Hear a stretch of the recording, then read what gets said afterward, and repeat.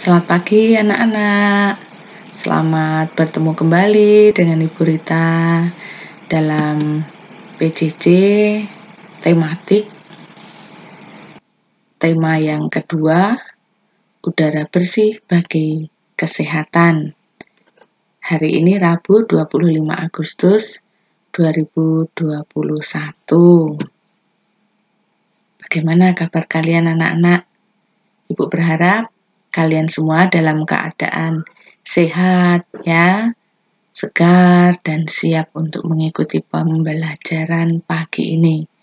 Baik anak-anak, sebelum kita memulai pembelajaran kita, mari kita serahkan kegiatan kita pagi ini, pembelajaran kita pagi ini kepada Tuhan.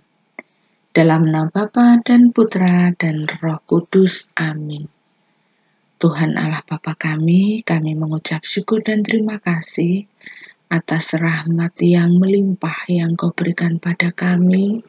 Pada pagi ini Engkau beri kesehatan sehingga kami dapat memulai hari ini dengan berbagai aktivitas.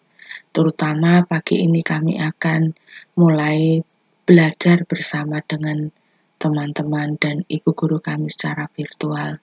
Hadirlah di tengah kami Tuhan, sertai kami agar kami dapat mengikuti pembelajaran dengan baik. Semua ini kami mohon dengan perantaraan Kristus Tuhan kami. Amin. Dalam nama Bapa dan Putra dan Roh Kudus. Amin. Baik anak-anak, ya, pembelajaran kita subtema yang kedua, pentingnya udara bersih bagi kesehatan. Nah, materi pembelajarannya kewajiban dan tanggung jawab dan informasi penting pada teks.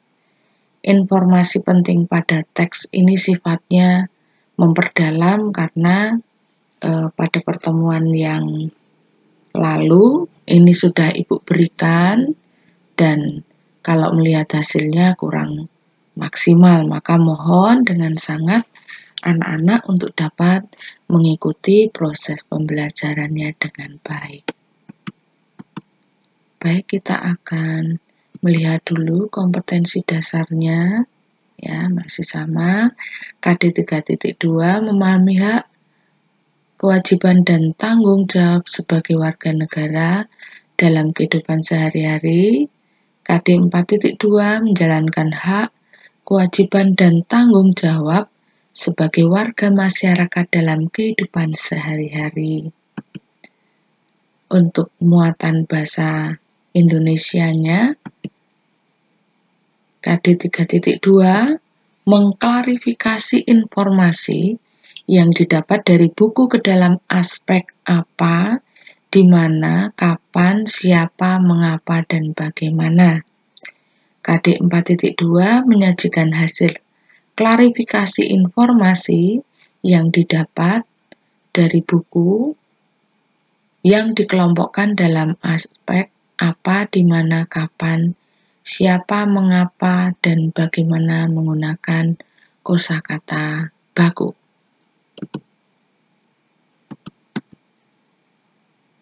Adapun tujuan pembelajaran yang akan kita capai melalui pertemuan kita pagi ini, yang pertama, menyebutkan 4 contoh kewajiban sebagai anggota masyarakat, menjelaskan 4 jenis tanggung jawab, membuat kalimat tanya yang berkaitan dengan hak, kewajiban, dan tanggung jawab, membuat kalimat tanya yang disesuaikan dengan kalimat jawaban yang telah tersedia. Nah, kita akan memulai pembelajaran kita tentang kewajiban di lingkungan masyarakat. Kewajiban itu artinya segala sesuatu yang harus kita lakukan, ya. Nah, ini wajib menjaga keamanan serta ketertiban umum. Ya, kewajibannya menjaga keamanan serta ketertiban umum. Setiap masyarakat memiliki kewajiban untuk menjaga keamanan serta ketertiban umum dengan tidak melakukan perbuatan menyimpang. Yang kedua, wajib menaati berbagai peraturan yang berlaku. Peraturan yang ada itu untuk ditaati. Jika seluruh masyarakat menaati peraturan yang ada, maka lingkungan sekitar akan semakin aman dan tertib. Nah, ini kalau mau menjaga peraturan ya, menaati peraturan. Kemudian yang ketiga, wajib menghormati orang di lingkungan sekitar. Nah, saling menghormati dan tahu tata krama itu sopan santun, akan membuat lingkungan sekitar semakin nyaman untuk ditinggali. Yang keempat, wajib menjaga toleransi antar umat beragama. Dalam kehidupan masyarakat yang berbeda, latar belakang, suku, agama, dan budaya tentu harus saling menjaga toleransi dan menghormati agar kerukunan dan kesatuan tetap terjaga. Nah, kemudian ini ada contohnya. Contoh kewajiban di lingkungan masyarakat.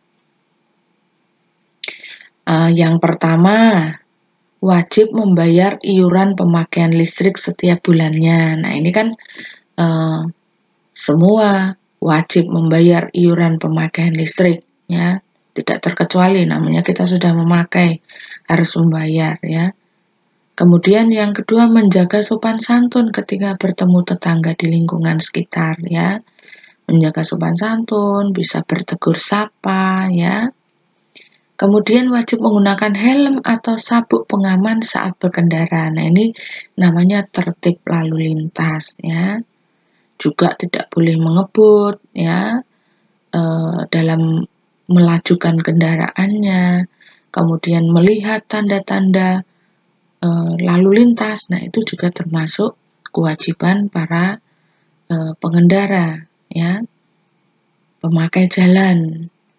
Kemudian contohnya lagi, wajib menjaga kelestarian alam dengan tidak membuang sampah sembarangan serta tidak membuang sampah di sungai atau selokan. Ini baru contoh beberapa kewajiban di lingkungan masyarakat. Tentunya masih banyak lagi contoh kewajiban di lingkungan masyarakat. Maaf ya, ini salah.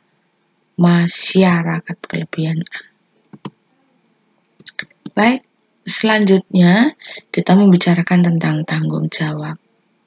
Tanggung jawab adalah kewajiban untuk menanggung sesuatu. Tanggung jawab adalah kesadaran manusia akan tingkah laku atau perbuatan yang disengaja maupun tidak disengaja. Tanggung jawab juga berarti berbuat sebagai perwujudan kesadaran akan kewajibannya. Bertanggung jawab adalah berkewajiban menanggung segala sesuatunya atau memberikan jawab dan menanggung akibatnya.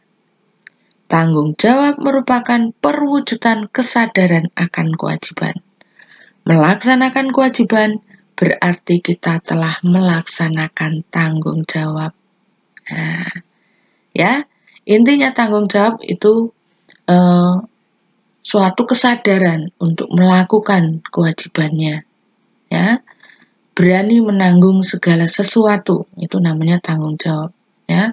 Kemudian melaksanakan kewajiban berarti kita sudah melaksanakan tanggung jawab. Maka pada beberapa waktu lalu Ibu memberi PR PPKN tentang hak, kewajiban, dan tanggung jawab. Sebenarnya hari ini penjelasannya. Jadi bagi yang belum mengerjakan, nah ini kesempatan kalian untuk menyelesaikan tugasnya karena sudah Ibu bahas sekarang ya tentang hari ini tentang kewajiban dan tanggung jawab. Pada pertemuan hari sebelumnya itu sudah dibahas tentang hak ya. Baik. Macam-macam tanggung jawab. Nah, yang pertama adalah tanggung jawab terhadap Tuhan Yang Maha Esa. Sebagai makhluk ciptaan Tuhan, manusia harus mempertanggungjawabkan semua perbuatannya terhadap Tuhan Yang Maha Esa. Tanggung jawab terhadap diri sendiri dan keluarga. Tanggung jawab terhadap diri sendiri artinya kesadaran memenuhi kewajiban sendiri untuk mengembangkan kepribadian sendiri. Nah, ya. Kemudian tanggung jawab terhadap keluarga artinya memenuhi kewajiban sebagai anggota keluarga untuk menjaga nama baik keluarga. Nah, ini baru 2 ya. Kemudian tanggung jawab terhadap masyarakat. Tanggung jawab terhadap masyarakat artinya kesadaran memenuhi kewajiban sebagai anggota masyarakat untuk menjaga kerukunan hidup bermasyarakat. Kemudian tanggung jawab terhadap bangsa dan negara.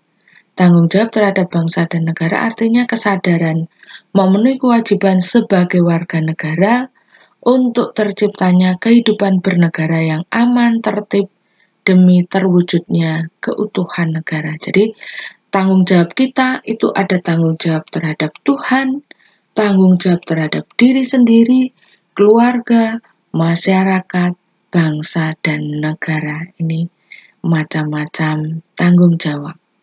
Nah, mohon semua yang sudah kita pelajari ini diperhatikan karena ini akan terkait dengan pembelajaran muatan berikutnya. Nah, sekarang kita akan menuju ke materi menentukan informasi dari suatu teks. Anak-anak, mengapa kita semua sekarang ini masih belajar jarak jauh ya, walaupun beberapa sekolah itu boleh diizinkan oleh pemerintah untuk tatap muka, namun kita masih bersabar menunggu betul-betul situasi kondusif untuk belajar. Nah, mengapa? Karena memang sedang terjadi pandemi ya. Pandemi ini tidak hanya dialami oleh kita di wilayah sempit ini, tetapi seluruh ya, bahkan seluruh dunia mengalaminya. Nah, yang kita alami ini adalah pandemi akibat virus corona. Nah, anak-anak, Ibu punya teks bacaan terdiri dari 3 paragraf. Ini yang membicarakan tentang virus corona. Nah, paragraf yang pertama ya, Severe Acute Respiratory Syndrome Coronavirus 2 atau SARS-CoV-2 dikenal dengan nama virus corona adalah jenis baru dari coronavirus yang menular ke manusia. Virus ini bisa menyerang siapa saja, seperti lansia atau golongan usia lanjut, orang dewasa, anak-anak dan bayi, termasuk ibu hamil dan ibu menyusui. Infeksi virus corona disebut COVID-19 ya, coronavirus disease 2019 dan pertama kali ditemukan di kota Wuhan, Cina pada akhir Desember 2019. Virus ini menular dengan sangat cepat dan telah menyebar ke hampir semua negara termasuk Indonesia hanya dalam waktu beberapa bulan. Nah, paragraf yang pertama ini terdiri dari beberapa kalimat. Nah, kita akan lebih memahami informasi apa yang disampaikan pada paragraf yang pertama ini dengan membuat pertanyaan, ya, membuat pertanyaan dengan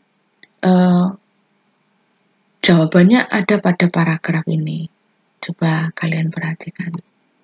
Nah, kalimat pertanyaannya, kalimat tanya yang pertama. Apa nama virus corona jenis baru yang menular ke manusia? Nah, di sini. Ya kan? Nah, ini kalimat ini. Nih, kalimat yang pertama ini, kalau kita buat kalimat tanyanya seperti ini. Ya, apa nama virus corona jenis baru yang menular ke manusia? Nah, akan dijelaskan seperti ini. Lalu, pertanyaan kedua, siapa sajakah yang dapat terserang virus corona ini? Nah, jawabannya ada di kalimat yang kedua. Ini ya. Kemudian, pertanyaan berikutnya, di manakah virus corona pertama kali ditemukan? Nah, nih, ya kan? Ditemukan di kota Wuhan, Cina. Kapan virus corona ini ditemukan? Nah, virus corona ini ditemukan pada akhir Desember 2019. Perhatikan kalimat tanyanya, ya, menggunakan kata apa, siapa, di mana, kapan. Menyesuaikan dengan apa yang disampaikan pada paragraf yang pertama. Paham ya, nak-nak? Jadi kalau disuruh membuat kalimat tanya, lihat kalimat per kalimat. Ya, oke. Paragraf yang kedua. Coronavirus adalah kumpulan virus yang bisa menginfeksi saluran pernapasan. Pada banyak kasus, virus ini hanya menyebabkan infeksi pernapasan ringan, seperti flu.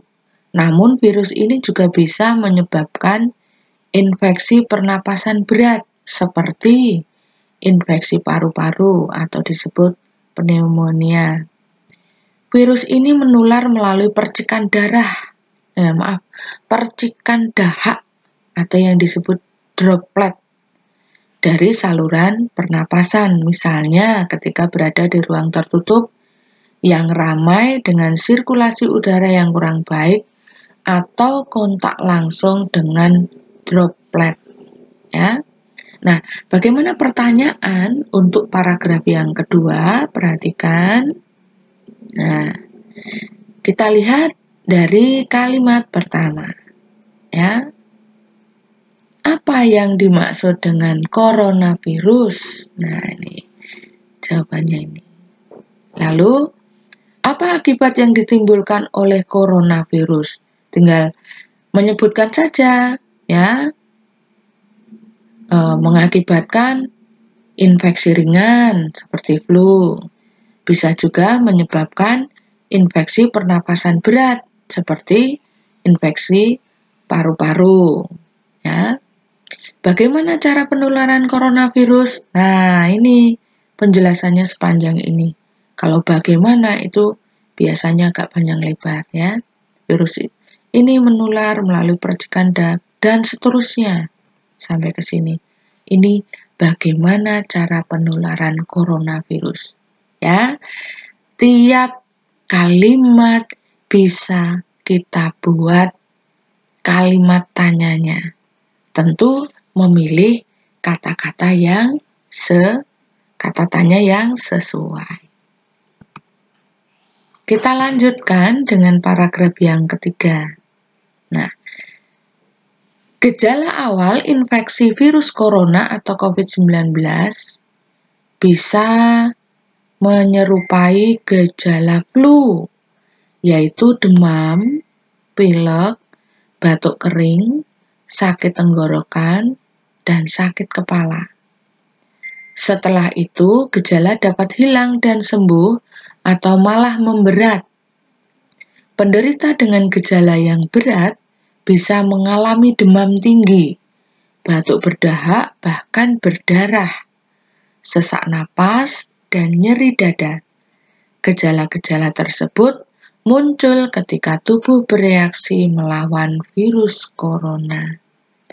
Bagaimana pertanyaan untuk paragraf yang ketiga? Perhatikan. Nah, nih. Bagaimana gejala awal infeksi virus corona atau COVID-19? Nah, perhatikan ini. Gejala awal virus corona. Nah, jawabannya sampai ke sini ya. Apa saja yang dialami penderita dengan gejala yang berat? Nah, perhatikan ini. Ya, penderita dengan gejala yang berat bisa mengalami demam tinggi, batuk berdahak, bahkan berdarah, sesak napas, dan nyeri dada. Nah, mengapa gejala-gejala tersebut muncul? Jawabannya, gejala-gejala tersebut muncul ketika tubuh bereaksi melawan virus corona. Nah, ini tadi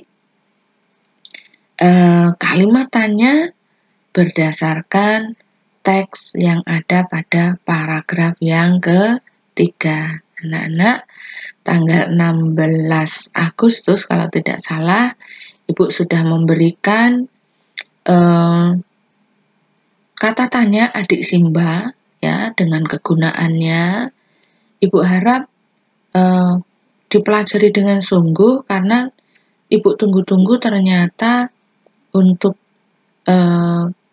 latihan soal itu masih banyak yang belum mengirimkan tugasnya. Jadi mungkin pembelajaran kita kali ini bisa memperjelas ya, Ibu harap begitu. Baik, anak-anak, ada tugas ya.